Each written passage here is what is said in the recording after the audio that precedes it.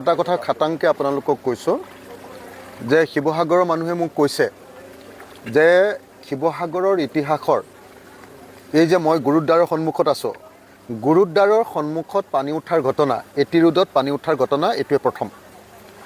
অলপ আগতে মই ষ্টেচন চাৰিআলিত আছিলোঁ, বিজি ৰোডত আছিলোঁ। বিজি ৰোডততো একদম নদী বৈ আছে, আপোনালোকে নিজে দেখিছে। শিৱসাগৰ নগৰত ইমান ডাঙৰ বানপানী হোৱাৰ ঘটনা এইটোৱে প্ৰথম। এই যে শিৱসাগৰ নগৰত এনেকুৱা বানপানী হৈছে তাৰ কাৰণটো যদিও কৈ আছে যে নগাপাহাৰত ডাৱৰ বিস্ফোৰণ ঘটিছে, মই এইটো সম্পূৰ্ণৰূপে বিশ্বাস কৰা নাই।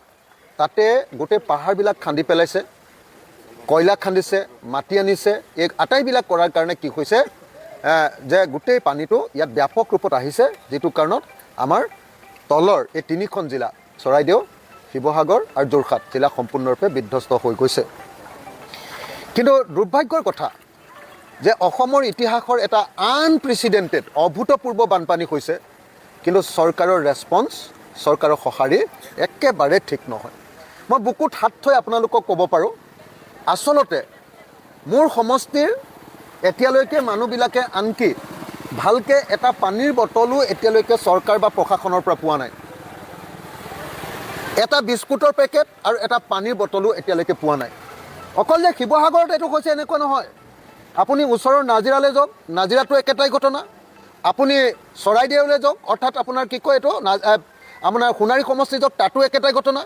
আমাৰ মৰিয়নিলৈ যাওক, মাৰিয়নিতো একেটাই ঘটনা। মৰিয়নি মোৰ নিজৰ গাঁওখনত হৈছে এক টোপাল পানীও পোৱা নাই কোনেও খাবলৈ। তিয়কতো এনেকুৱা ঘটনা ঘটিছে, কিন্তু কোনো ধৰণৰ চৰকাৰৰ সঁহাৰি নাই। এনেকুৱা অভূতপূৰ্ব ঘটনা ঘটিব বুলি এই প্ৰশাসন, এই চৰকাৰৰ প্ৰস্তুতি নাছিলে। নথকাৰ পাছতো কিন্তু আমি বাৰম্বাৰ কৈ আছোঁ, মই আজি মুখ্যমন্ত্ৰীলৈ এতিয়া এঘণ্টাৰ আগত আকৌ এখন চিঠি দিছিলোঁ।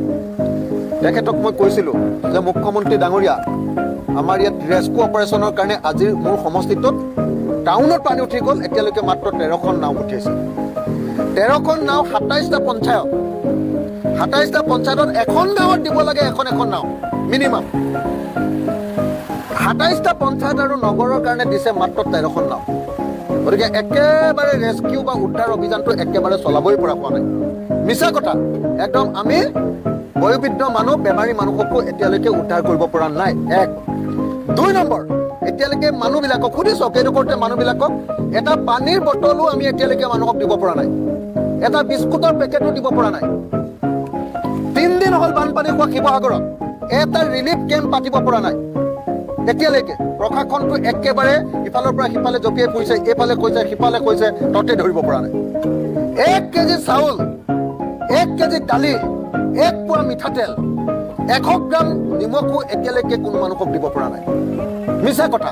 চৰকাৰে একেবাৰে ৰিলিফ মেটেৰিয়েলো দিব পৰা নাই, এতিয়ালৈকে ৰিলিফৰ বস্তুবিলাকে পোৱা নাই। মানুহক এই 750 গ্ৰামৰ এটা পানীৰ বটল দিবলৈ অলপ ক'ৰবাত অলপ ছটিয়াই দিছে। দুৰ্ভাগ্যজনক ঘটনা যে মানুহক উদ্ধাৰ কৰিবৰ কাৰণেও ব্যৱস্থা হোৱা নাই, ৰিলিফৰ কাৰণেও ব্যৱস্থা হোৱা নাই। আটাইতকৈ ডাঙৰ কথা, একদম আমাৰ অসমৰ আটাইতকৈ যিবিলাক খিলঞ্জীয়া মানুহ, মধ্যবিত্ত মানুহ, শিৱসাগৰ, আপোনাৰ চৰাইদেউ আৰু যোৰহাট জিলাৰ আটাইতকৈ আমাৰ আদ্যৱন্ত আৰু মধ্যবিত্ত শ্ৰেণীৰ মানুহ, অসমীয়া অলপ ধনী মানুহ যিখিনি আছে অসমৰ মানুহ, সেই অসমৰ মানুহবিলাকৰ চবৰ ঘৰৰ ভিতৰত পানী সোমাই চব ধ্বংস হৈ গ'ল। কাৰোবাৰ গাড়ী নষ্ট হৈ গ'ল, কাৰোবাৰ মটৰ চাইকেল নষ্ট হৈ গ'ল, কাৰোবাৰ ট্ৰেক্টৰ নষ্ট হৈ গ'ল, কাৰোবাৰ পাৱাৰ টিলাৰ নষ্ট হৈ গ'ল, কাৰোবাৰ ভিতৰৰ ইণ্টেৰিয়ৰ, বিচনাৰ পৰা, তুলিৰ পৰা, মেট্ৰেছৰ পৰা, ডিভানৰ পৰা সকলোবিলাক বস্তু ধ্বংস হৈ গ'ল। চোফা ছেট নষ্ট হৈ গ'ল, গড্ৰেজকেইটা নষ্ট হৈ গ'ল, কিতাপৰ আলমিৰা নষ্ট হৈ গ'ল। কিন্তু চৰকাৰে এতিয়া তাৰ কাৰণে কোনো ধৰণৰ ব্যৱস্থা গ্ৰহণ কৰা মই এতিয়ালৈকে দেখা নাই। মই মুখ্যমন্ত্ৰীক কৈছিলোঁ, যদি প্ৰশাসন ব্যৰ্থ হয়, মোকো যদি দায়িত্বটো দি দিয়ে যে ক'ত ৰিলিফ মেটেৰিয়েলবিলাক বিতৰণ কৰিব লাগে, সেই ব্যৱস্থাটো মই যদি কৰি দিব লাগে, মোৰ নিজৰ ভলণ্টিয়াৰ দি সেই কামটো কৰি দিব পাৰোঁ। কিন্তু দুৰ্ভাগ্যবশতঃ মোকো দায়িত্ব দিয়া নাই আৰু ডিচিও কৰিব পৰা নাই। ইয়াত গাৰ্জেন মিনিষ্টাৰ আহিছে, একো কৰিব পৰা নাই, এনেই মিছা কথা। 3জন মন্ত্ৰী আহিছে, একো কাম কৰিব পৰা নাই। অকণমান সময়ৰ কাৰণে চেহেৰা দেখুৱাইছে, একো কাম কৰিব পৰা নাই।